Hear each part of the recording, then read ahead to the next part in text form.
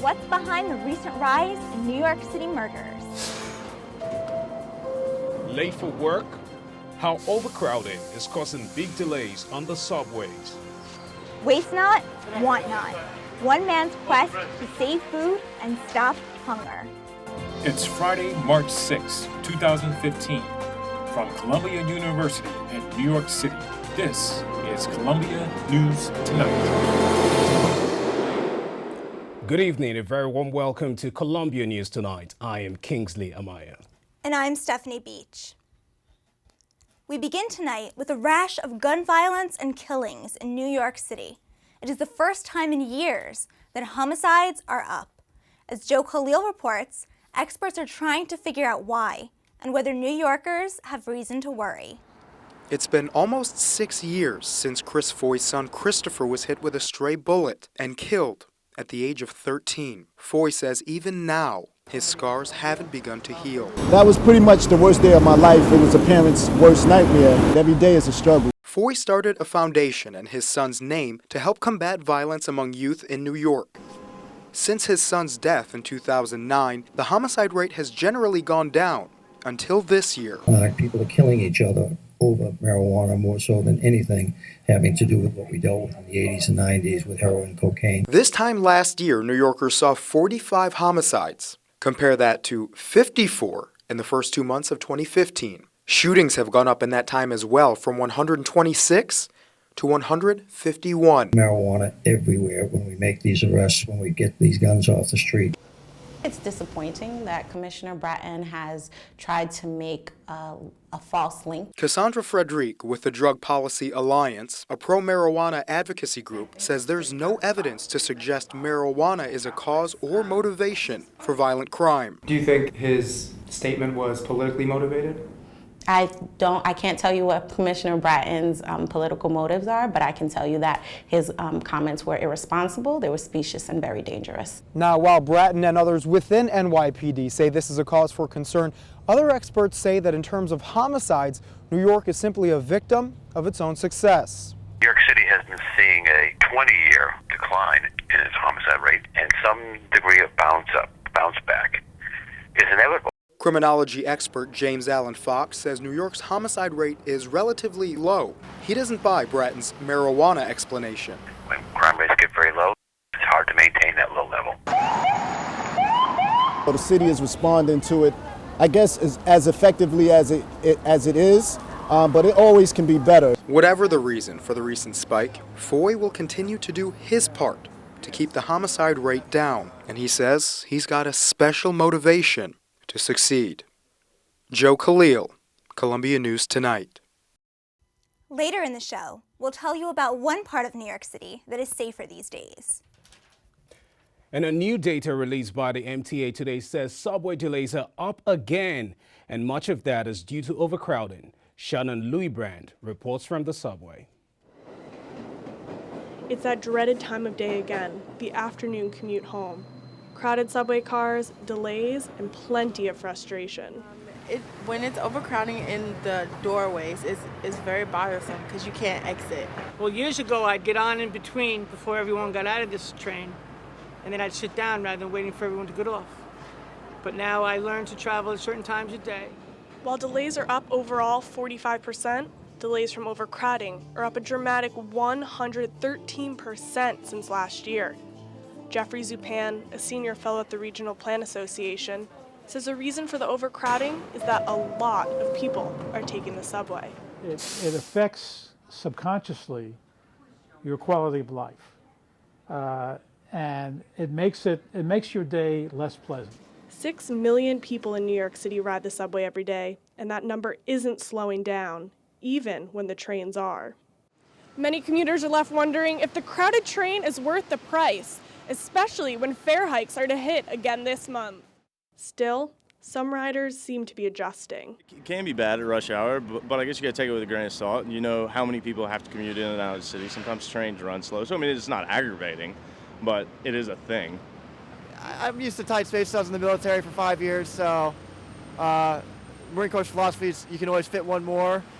So I deal with it. The MTA has acknowledged this overcrowding problem, but it's still unclear what's going to be done about it. One thing is for sure, it's going to cost a lot of money to build new lines, upgrade signal systems, and add more trains. It's expensive and requires money that the MTA doesn't currently have. 77 years is the youngest part of the system, with a couple of minor exceptions. So that's old, and it's getting older every year and requires a lot of money to make sure it stays in workable condition. So it seems the cramming into subway cars may be here to stay, at least until some more money rolls into the station. Shannon Louisbrand, Columbia News Tonight. Not only are New Yorkers dealing with delays, now there's word that air in the city isn't so fresh in certain areas. In fact, as Hillary Hansen reports, that air could cause strokes. It's been known for decades that exhaust from cars and trucks contribute to lung disease. But a new study released by NYU Langone School of Medicine suggests that dirty air also increases your risk for stroke. 300,000 residents in the tri-state area participated in a study that measured the effects of air pollution on the major artery to the brain. We showed for the first time that exposure to air pollution has an independent association with narrowing of the large artery in your neck, which is a known strong risk factor for stroke. I'm standing here in Gramercy, New York City, just outside of Gramercy Park. And although it looks quiet and clean and serene, this is actually one of the dirtiest neighborhoods in Manhattan, just after Greenpoint, Brooklyn, and Highbridge in the Bronx. Two of the most expensive zip codes in Manhattan also have some of the highest levels of air pollution, which residents worry could cause health problems. They can't be good for your lungs or your throat or parts of your body. Everything affects your body one way or another. Pollution may have important risks for cardiovascular disease. Doctors say people who are already at risk for cardiovascular disease are especially vulnerable. If you want to check the air quality in your neighborhood, go to nyc.gov. Hillary Hansen, Columbia News Tonight. New figures out today shows jobs are coming back with a vengeance. Driven by growth in retail, the economy added 295,000 jobs last month. The unemployment rate is down to 5.5%, the lowest in 7 years. In other news, Apple will join the Dow Jones Industrial Average, replacing AT&T. The tech icon will succeed the telephone giant, which has been on the Dow since 1960. And coming up on Columbia News Tonight, looking for the cause why the Delta plane slid off the runway, and slipping and sliding in the snow in New York City, why streets aren't being cleaned fast enough.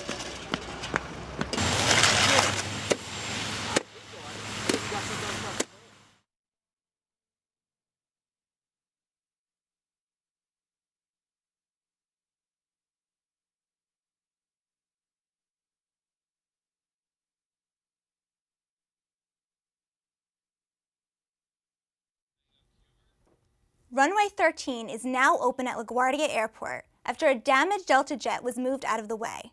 Yesterday morning, Delta Flight 1086 from Atlanta skidded off the runway. The plane crashed through a fence and just missed ending up in Flushing Bay. The plane was carrying 127 passengers and 5 crew members. 28 suffered minor injuries. The weather has been tough on everybody this winter, including commuters navigating icy sidewalks. Grace Lee is live in Morningside Heights to tell us why it is taking so long to clean up those sidewalks. Grace?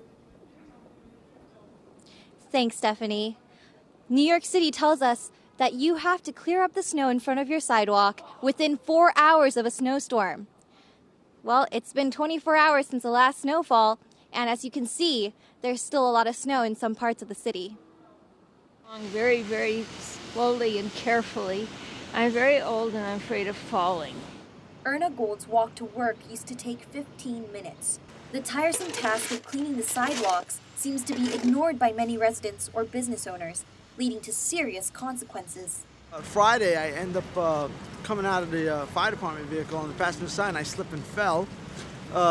Even though we're shoveling salt in, it's really bad out here. So I'm seeing, at least personally, I'm seeing about 5, 7, 8 people fall a day. Petrie says that the fire department has been getting many calls for accidents or injuries caused by the ice and snow. Anytime there's a cold winter, especially one where there's freezing and refreezing with a little bit of a thaw in between, there's always an increased risk of falls and injuries from falls, really across all segments of the population. So we've seen people with broken wrists, bruised elbows, and sprained or broken ankles, all from slipping and falling on the snow and ice. The Department of Sanitation says its workers are responsible for clearing up the sidewalks leading into crosswalks like these.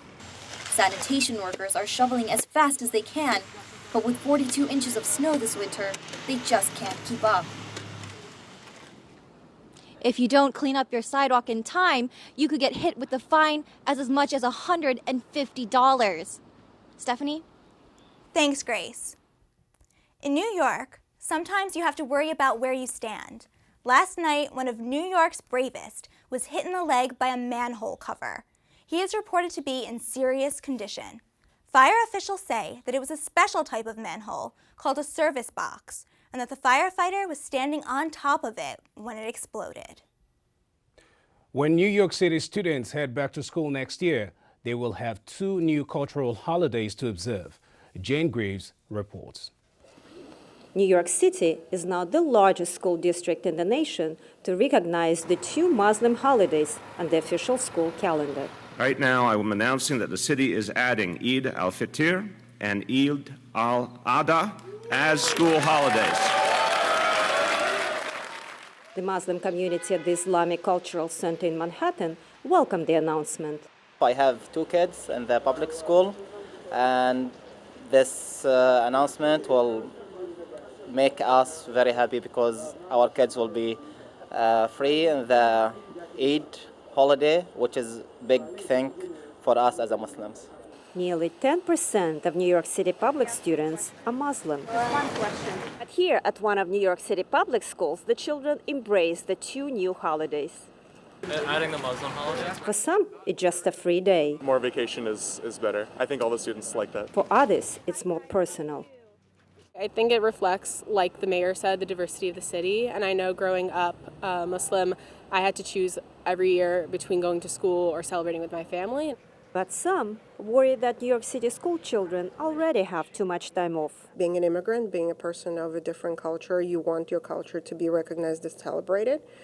On the other hand, at what point do we celebrate every culture? Do we celebrate just certain cultures? Already there is talk of adding 2 more cultural holidays: Diwali, the Hindu Festival of Lights, and the Lunar New Year. Jane Greaves, Columbia News Tonight. And funeral arrangements are now set for Cardinal Edward Egan, who died of heart attack yesterday. The funeral will be at St. Patrick's Cathedral on Tuesday afternoon. He will be buried under the high altar there. Egan was the Archbishop of New York from 2000 to 2009. He replaced John O'Connor. Egan led the church through a period of transition. Many parishes and schools were closed by Egan, bolstering the church's finances. Egan played a major role in the post-9/11 mourning process, overseeing up to 3 funerals a day. Egan also set up Pope Benedict's visit to New York in 2008. Egan's successor, Timothy Dolan, asked the public to join him in thanking God for his life. Cardinal Egan was 82 years old. Coming up in our Morningside Report, one of the few places in New York City where gun violence is at a new low. And our focus, a court of their peers, where young offenders can not only find justice, but help for building a future. Do it. We're gonna come to you just for doing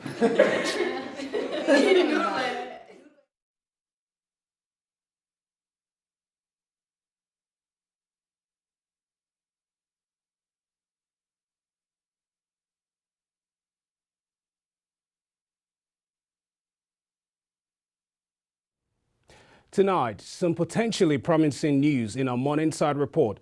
A recent report from the New York City Police Department finds that safety may be less of a concern for folks in our neighborhood. Melissa Fares reports. Records show that of the 139 shootings in New York City this year, there have been none in Morningside Heights.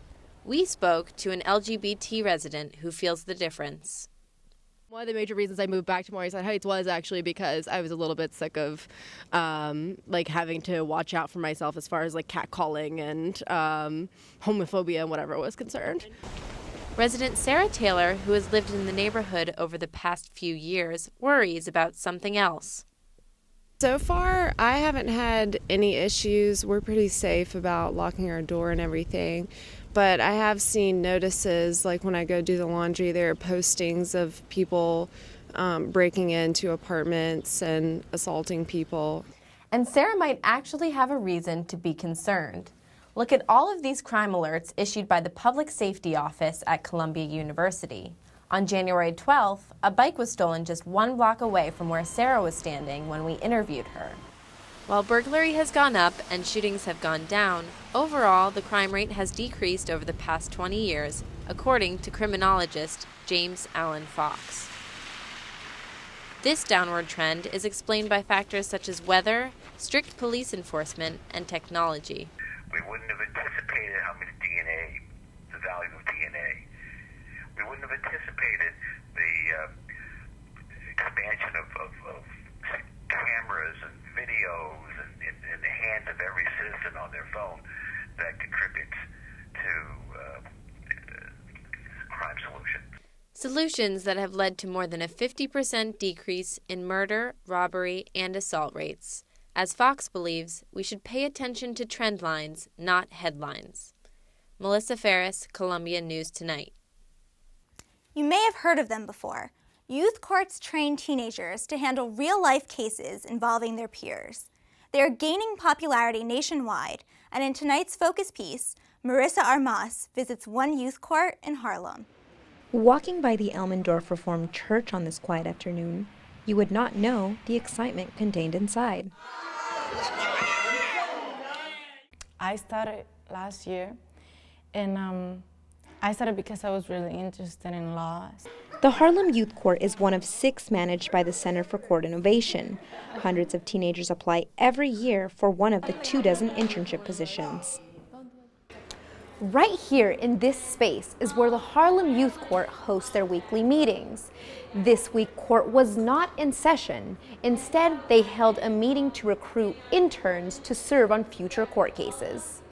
My job is to oversee the Harlem Youth Court, and what it is, it's a program that teaches teenagers to act in the roles of judge, juror, youth advocate, which is like a defense attorney, and community advocate, which acts as a prosecution.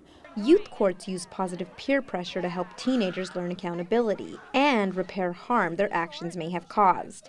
In 2014, they oversaw 63 cases. Dory Hack helped develop the youth court program. They are grounded in restorative practices in that we emphasize that harm has been done to the community, and that the role of the respondent is to repair that harm. 17-year-old Khalil Osborne was a respondent. A school altercation landed him in hot water. Going to the Harlem Youth Court and seeing people your age telling you to stay out of trouble and stuff, it's different from having an adult telling you to do better in life. Khalil performed community service alongside members of the youth court. It's not just the kids who are in trouble that benefit from the program. It's also the kids serving on the court. When you get here, you get to be more mature because you're dealing with serious cases.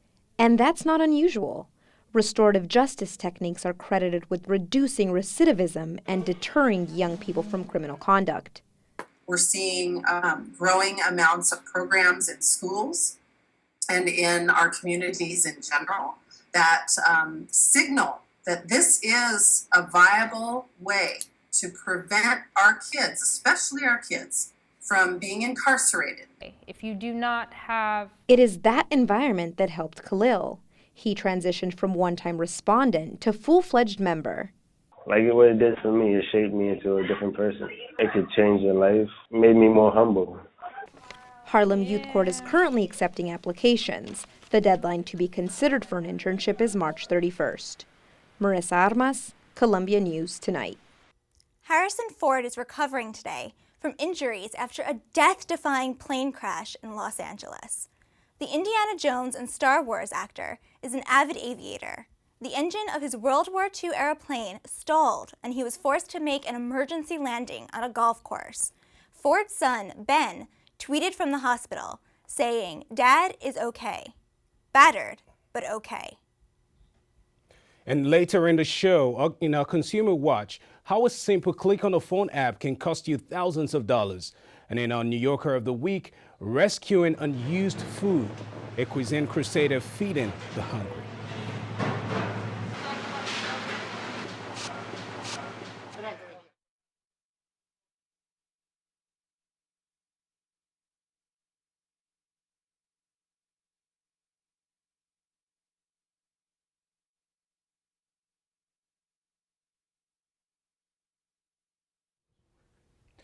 Money sharing apps can be convenient, but may also be very dangerous. When it comes to splitting a bill or paying back a friend, you might not think your cash could be stolen straight from your smartphone. But as Michaela Viella reports, you might want to think again. Many young people enjoy the immediacy of having things delivered right now. That goes for food, other products, and even money. My roommates and I, we use Venmo frequently to pay our rent, pay bills, things like that. The app allows users who may have different banks to transfer funds back and forth from a smartphone.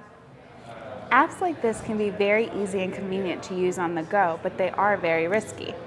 To use Venmo, first you open it up, you select your friend, you put in the amount, you tell what it's for, but once you hit pay, all of your information is available on a database that does not use recommended safeguards. Venmo's lax security measures were recently exposed after one New Yorker says he had $2,850 stolen when his account was hacked.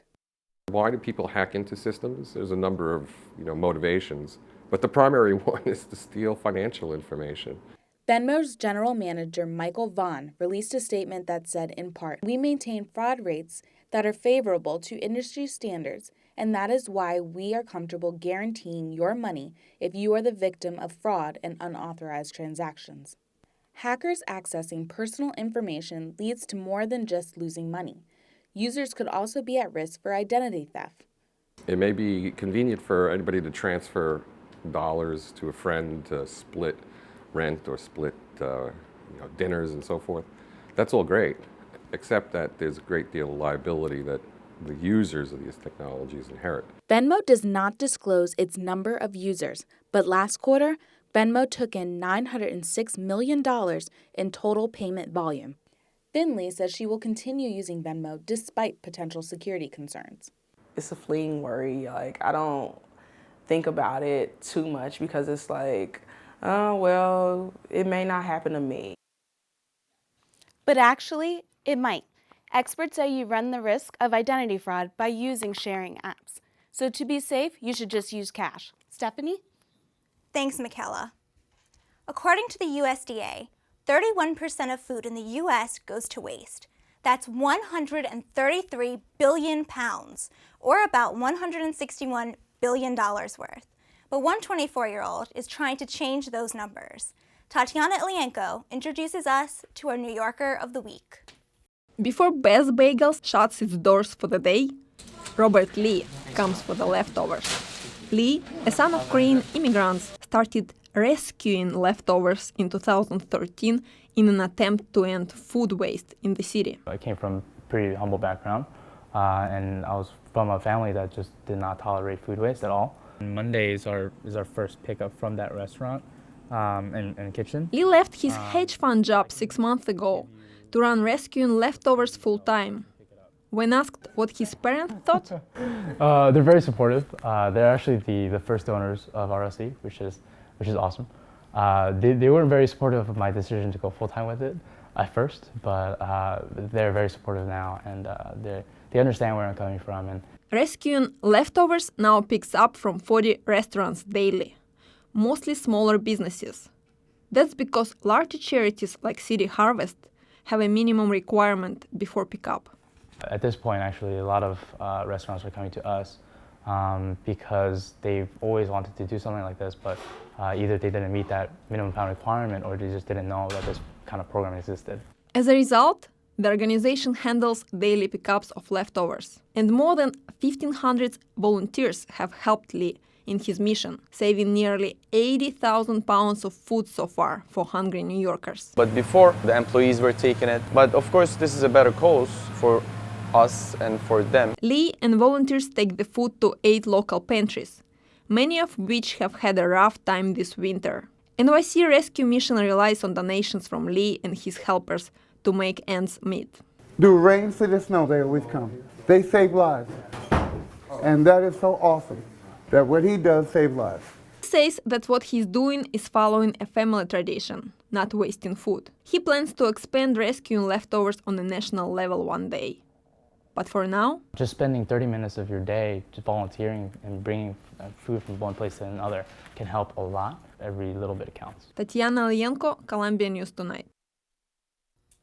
Coming up on Columbia News Tonight, how the snow is also causing trouble for our furry friends.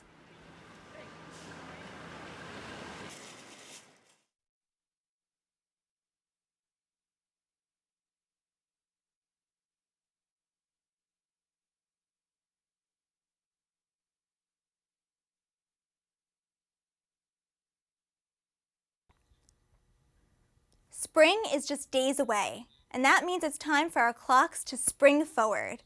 Daylight saving time starts this Sunday at 2 a.m., so be sure to set your clocks 1 hour ahead. Another blast of snow hit New York City yesterday. With it came another round of salt to clear the sidewalks. Emmeline Tay tells us how that affects our furry friends.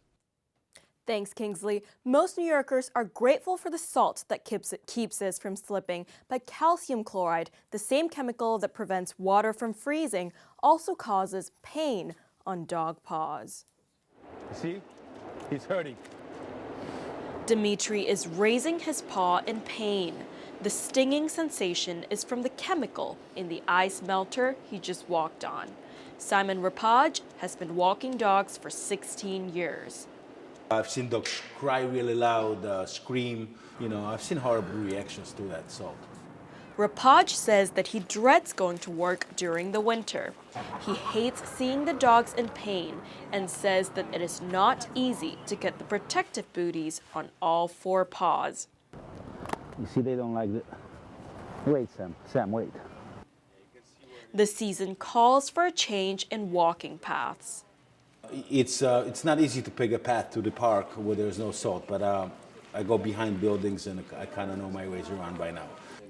In order to counter the calcium chloride that is sprinkled on the floor to melt the snow, dog owners can choose from a selection of booties or use this wax. And sometimes the results can be quite comical. Every time I saw them being first time, they would walk really funny, like lifting their paws really high. It's very unnatural for them to have something on their paws. This is the only way to protect their paws for now. It is safe to say that all of us, including the dogs, are looking forward to the spring. There's a range of options available in terms of booties. The ones shown in the piece were $15, but you could go high fashion and get $90 booties if you'd like. Kingsley. Thanks, Emmeline. Those are very adorable, and I hope that the puppies stay safe. And for $90, I guess that's the equivalent of Uggs for pugs. Yes. Well, that's it on Columbia News Tonight. I am Kingsley Amayo. And I'm Stephanie Beach. Good night.